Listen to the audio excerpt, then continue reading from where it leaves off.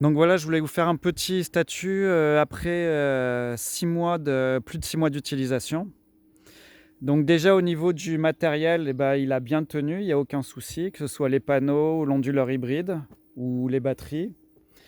Pendant l'hiver, j'ai décidé de compléter l'installation avec, 4 panneaux supplémentaires pour avoir, un peu plus de flexibilité et un peu plus de puissance, parce que bon, l'hiver, c'est vrai que c'est compliqué. Voilà, ça va permettre, d'avoir beaucoup plus de watts pour recharger la voiture et en plus, ça permet une deuxième chose, c'est que je me suis rendu compte que, l'été dernier, il y avait des moments où ça chargeait pas du tout alors que, le soleil était au zénith et en fait, donc j'ai compris pourquoi. C'est quand le soleil tape très fort sur les panneaux, qui normalement, il devrait être à pleine puissance. Et ben, en fait, qu'est-ce qui se passe? C'est que le voltage, la tension aux bornes des panneaux diminue. Et avec mes 4 panneaux de 30 et quelques volts, je passais en dessous des 120 volts qui sont le minimum de fonctionnement pour cet onduleur hybride qui est le modèle en 3,2 kW. Donc ça, du coup, c'était vraiment dommage de rater les heures de la journée où ça tapait le plus l'été. Donc voilà, ça c'était vraiment la raison la plus importante. Donc là, il y a les 4 nouveaux panneaux qui me restera à fixer. Et aussi, j'ai décidé de rajouter 2 batteries supplémentaires.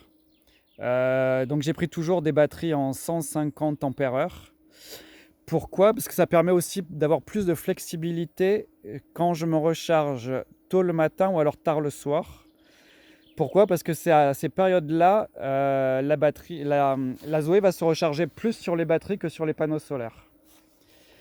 Donc, bon, là, on peut voir par exemple que bon, il commence déjà à être bien passé 10 heures et c'est les panneaux solaires qui donnent le plus de puissance. On doit être peut-être à peu près sur du 800 watts en ce moment.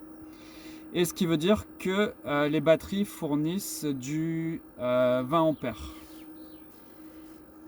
Donc, il faut savoir que sur des batteries 150 ampères-heure, il y a une règle qui dit qu'en ampérage instantané, on ne doit pas dépasser 10% de la capacité totale de la batterie. C'est-à-dire que chaque bloc de batterie, là j'ai maintenant 3 blocs de batterie.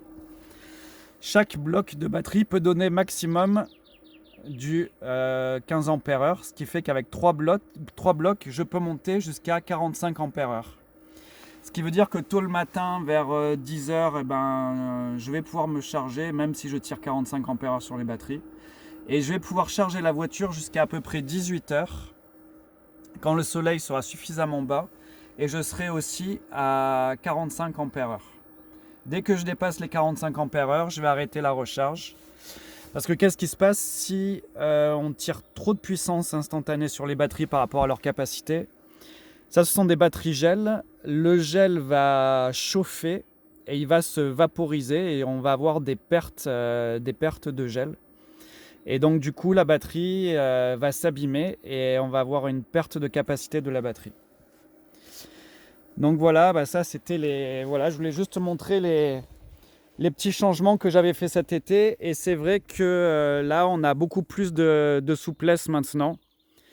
Voilà, puisque ça me permet de charger au mois de mars, fin mars, ça me permet de charger à peu près 10 heures par jour quand on est en période ensoleillée. Bien sûr, quand il y a des nuages, quand il y a des forts nuages et qu'il pleut, là, je dirais quasiment toute recharge est quasiment impossible.